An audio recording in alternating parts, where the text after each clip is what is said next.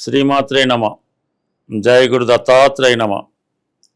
ఈ వీడియోలో మనం మేషరాశి వారికి జూన్ 8వ తారీఖు నుంచి జూలై 4వ తారీఖు మధ్యలో శుక్రగ్రహం కర్కాటక రాశిలో ప్రవేశిస్తూ అక్కడ ఉన్నటువంటి గురుగ్రహంతో కలిసి సుమారుగా 27 రోజులు సంచరించడం జరుగుతుంది. ఈ ప్రయాణంలో మేషరాశి వారికి ఎటువంటి లాభాలు కలుగుతాయి అని ఈ వీడియోలో మనం పరిశీలించడం జరుగుతూ ఉంది. ప్రధానంగా ఈ శుక్రుడు ఈ మేషరాశి వారికి ధన సప్తమాధిపతి, అంటే అటు కుటుంబ సంబంధించిన విషయాలు, ఆర్థిక సంబంధించిన విషయాలు, అలాగే జీవిత భాగస్వామికి సంబంధించినటువంటి విషయాల్లో ఈ శుక్రుడు ఈ మేషరాశి వారికి ప్రధాన గ్రహం ఉంటుంది. సో అటువంటి శుక్రగ్రహం ఈ మేషరాశి వారికి భాగ్య వ్యయాధిపతి అయినటువంటి సహజ భాగ్యాధిపతి అయినటువంటి గురుగ్రహంతో కలిసి ఉండడం, ఎవరి జన్మజాతకంలో అయినా వారి జీవితంలో ఒక అదృష్టకరమైనటువంటి జీవితం, అలాగే సర్వ భోగాలతో చాలా లగ్జరీగా లైఫ్ కలగాలంటే శుక్రగ్రహం బలంగా ఉండాలి. అలాగే గురువు జ్ఞానకారకుడు, ఆయుష్కారకుడు, సంతానకారకుడు, అదృష్టకారకుడు కాబట్టి ఈ 2 గ్రహాలు బలంగా ఉన్నప్పుడు ఆ జాతకుడి యొక్క జీవితం చాలా అదృష్టకరంగా వెళ్తూ ఉంటుంది. అటువంటి ప్రధాన గ్రహాలైనటువంటి గురుగ్రహంతో శుక్రగ్రహం కలియడం వల్ల మరి మేషరాశి వారికి కలిగే ఫలితాలు ఏంటి ముందుగా పరిశీలించినప్పుడు, ప్రధానంగా మీ కుటుంబంలో ఉన్నటువంటి ఒక స్త్రీకి, లేదంటే ఒక మీ కుమార్తె, లేదంటే మీకు సంబంధించిన మీ భార్య, మీ కుటుంబంలో ఒక స్త్రీకి, లేదంటే మీ కుటుంబంలో ఒక సభ్యునికి దూర ప్రాంతంలో ఉన్నవారైనా సరే, ఇక్కడ ఉన్నవారికైనా సరే వారికి స్థానచలనం జరిగే అవకాశం ఉంటుంది. ఆ స్థానచలనంలో వారికి ఉద్యోగం రావడం వల్ల కానీ, వివాహం జరగడం వల్ల కానీ వాళ్ళకి కంప్లీట్గా వారి యొక్క జీవితం మారబోతుంది. అలాగే సప్తమాధిపతిగా ఉన్నటువంటి శుక్రుడు ఈ భాగ్యాధిపతి గురువుతో కలిసి ఉచ్చగురువుతో కలిసి ఉండడం వల్ల మీ జీవిత భాగస్వామికి ప్రస్తుతం ఏదైతే ప్రధానంగా సరైనటువంటి ఉద్యోగం అయితే లేదో ఆ ఉద్యోగం అన్నది కంప్లీట్గా లభిస్తుంది.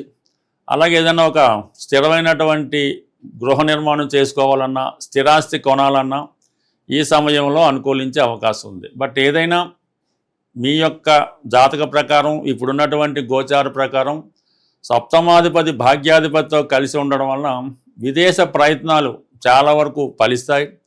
దూర ప్రాంతంలో ఉన్నటువంటి పుణ్యక్షేత్రాలు చాలా వరకు దర్శిస్తారు. ప్రధానంగా మీ జీవిత భాగస్వామికి ఒక స్టెబిలిటీ రావడం జరుగుతుంది. వారి జీవితంలో ఈ రాబోయే 27 రోజుల్లో ఏదో ఒక శుభం వారి జీవితంలో ప్రధానంగా జరిగే అవకాశం ఉంటుంది ఈ రాశి వారికి.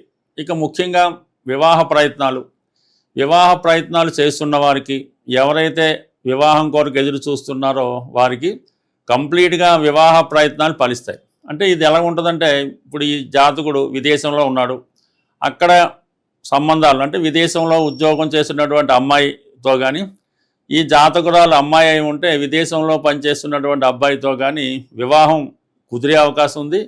కుదరడంలో కూడా ఎంబటనే కూడా నిశ్చితాంబాలు తీసుకోవడం, వివాహ ప్రయత్నాలు చక్కచక్కమని జరిగే అవకాశం ఉంటుంది. చాలా సందర్భాల్లో ఇది చాలా సహజంగా పెద్దలు కుదిర్చిన వివాహానికే ఇది చాలా వరకు అనుకూలత ఏర్పడుతూ ఉంటుంది. ఎందుకంటే ఇదంతా అటు భాగ్యాధిపతి సప్తమాధిపతి 2 కూడా కలిసి ఉండడం, ఈ గ్రహాలపైన ఎటువంటి పాపదృష్టి లేకపోవడం వల్ల 100% ఈ రాశి వారికి సాంప్రదాయ వివాహం జరిగే అవకాశం ఉంటుంది.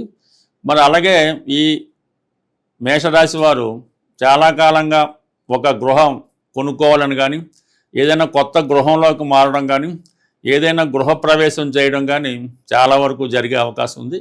ఇక ముఖ్యంగా వీళ్ళకి ఇంపార్టెంట్గా ఏంటంటే శని భగవానుడు 12వ స్థానంలో ఉండడం, 12వ స్థానానికి 5వ స్థానంలో ఉన్నటువంటి ఈ గురు శుక్రుల కలయిక చాలా వరకు ఈ రాశివారు అంటే మేషరాశి వారు చేసే ఇన్వెస్ట్మెంటు అది చాలా వరకు ఏదైనా ఒక శుభకార్యం కొరకు కానీ, పిల్లల చదువు కొరకు కానీ, ఏదైనా ఒక విలాసవంతమైనటువంటి లగ్జరీ ప్లాట్ అవ్వచ్చు, గృహం అవ్వచ్చు, అటువంటివి కొనుక్కొని జీవితం చాలా ఆనందకరంగా, అంటే ఇతరుల వారు ఇష్టపడే విధంగా మీ అభివృద్ధి ఈ సమయంలో చాలా వరకు సక్సెస్ఫుల్గా ఉండే అవకాశం ఉంది. ఇక ప్రధానంగా ఎవరైతే సినిమా రంగంలో ఉంటారో, లేదంటే టీవీ, మీడియా, యూట్యూబ్ రంగాల్లో ఉంటారో వారికి కొన్ని కొత్త అవకాశాలు వస్తాయి. వారిలో ఉన్నటువంటి నైపుణ్యానికి తగిన గుర్తింపు రావడం, చక్కటి ప్రాధాన్యత రావడం జరుగుతూ ఉంటుంది. అలాగే రియల్ ఎస్టేట్ రంగంలో ఉన్న వాళ్ళకి పెద్ద పెద్ద వెంచర్లు స్టార్ట్ చేయడం, చాలా ఖరీదైనటువంటి ప్రాంతాల్లో మీ యొక్క వ్యాపార వ్యవహారాలు చేయడం జరుగుతూ ఉంటుంది. సో ఈ విధంగా అటు ఏ రంగంలో ఉన్నవారికైనా ఇది చాలా అనుకూలంగా ఉంటుంది. వ్యక్తిగతంగా ఈ మోడలింగ్ చేస్తున్న వాళ్ళు, ఈ ఫ్యాషన్ డిజైనింగ్లో ఉన్నవారు, ఆర్కిటెక్టులు, సివిల్ ఇంజనీర్సు, వీళ్ళందరికీ కూడా కంప్లీట్గా మీకు సొంత ప్రాంతంతో పాటు వేరొక ప్రాంతంలో మీరు చాలా అభివృద్ధికరంగా మీ యొక్క నైపుణ్యాన్ని చాటి చెప్పడం కానీ, మీలో ఉన్నటువంటి టాలెంట్కి గుర్తింపు రావడం కానీ జరిగే అవకాశం ఉంది. అంటే గత కొద్ది కాలంగా వెనకబడి ఉన్నటువంటి రియల్ ఎస్టేట్ రంగం ఈ సమయంలో కొంతవరకు పుంజుకోవడం, ఎవరైతే ఆ రంగంలో ఉంటారో వాళ్ళకి చాలా ప్రాధాన్యత కూడా ఏర్పడడం అన్నది ఈ కలయిక వల్ల ఏర్పడుతూ ఉంటుంది. బట్ అన్ని విషయాల కన్నా ప్రధానంగా ఈ రాశివారు ఈ సమయంలో ఏదైనా ఒక ఖరీదైనటువంటి ప్రాంతంలో, అది విహారయాత్ర కానీ, విలాసవంతమైన యాత్ర కానీ, లేదంటే పుణ్యక్షేత్రాలు దర్శించడం కానీ జరిగే అవకాశం ఉంది. బట్ ఏదైనా కొంతమంది కొద్ది రోజుల పాటు ఒక ప్రశాంతమైన జీవితం కోసం వారి యొక్క బాధ్యతలకు దూరంగా చాలా హ్యాపీగా గడపడానికి ప్రస్తుతం ఉన్నటువంటి గ్రహస్థితి ఈ రాశి వారికి చాలా అనుకూలంగా ఉండడం జరిగింది. బట్ ఏదైనా ఇటువంటి కలయిక సుమారుగా 12 సంవత్సరాల తర్వాత మళ్ళా ఈ రాశి వారికి ఇది ఏర్పడడం జరిగింది. ప్రస్తుతం ఏర్పడినటువంటి అంశమహాపురుష యోగ ఫలితాలన్నీ కూడా ఈ శుక్రగ్రహం కలయడం వల్ల అది చాలా విపరీతంగా పెరిగే అవకాశం అయితే ఉంటుంది. బట్ ఏదైనా ఈ సమయంలో మీ యొక్క గృహంలో ఏదో ఒక శుభకార్యం, ఏదో ఒక పుణ్య కార్యక్రమం జరుగుతుంది.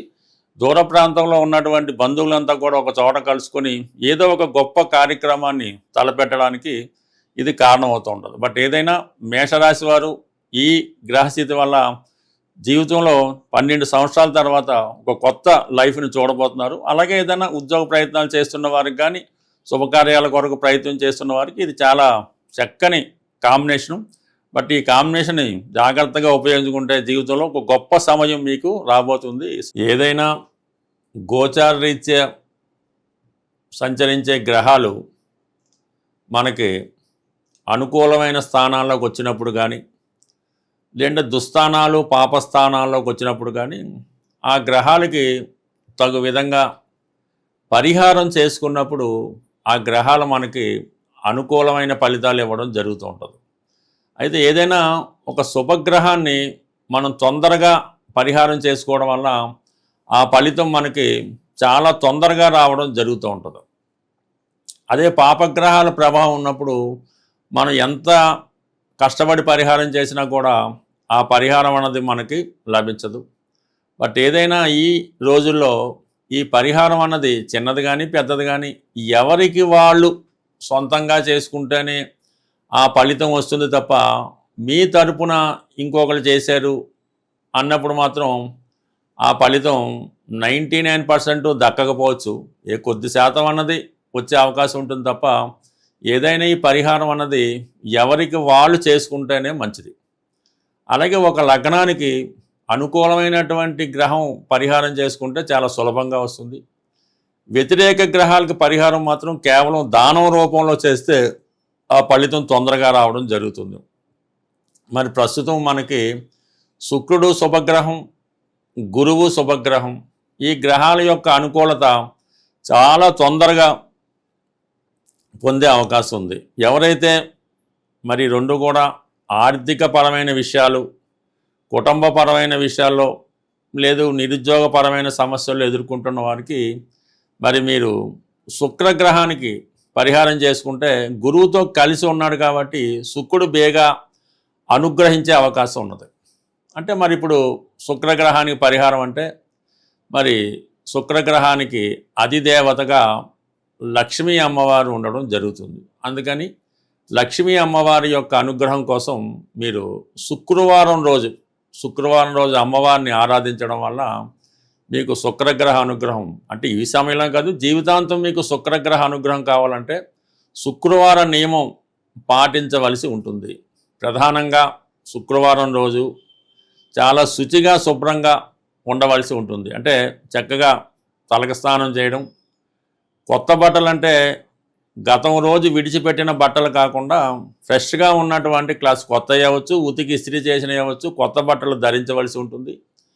ఆ రోజు ఏ విధంగా కూడా మరి అబద్ధం చెప్పడం కానీ, స్త్రీలను దూషించడం కానీ, లేదంటే ఈ ఇంట్లో ఈ వంట బాగలేదు, ఈ కూర బాగలేదు అనే స్త్రీలను వేధించకుండా ఉండడం మంచిది.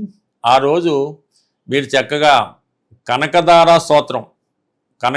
స్తోత్రం అన్నది చక్కగా ఒక నిర్దిష్టమైనటువంటి సమయంలో ప్రతిరోజు కూడా ఏ సమయం మీకు అనుకూలిస్తుందో ఆ సమయంలో శ్రద్ధగా 41 రోజులు చదవడం వల్ల మీ మనసులో ఉన్నటువంటి కోరిక చాలా తొందరగా నెరవేరే అవకాశం ఉంది.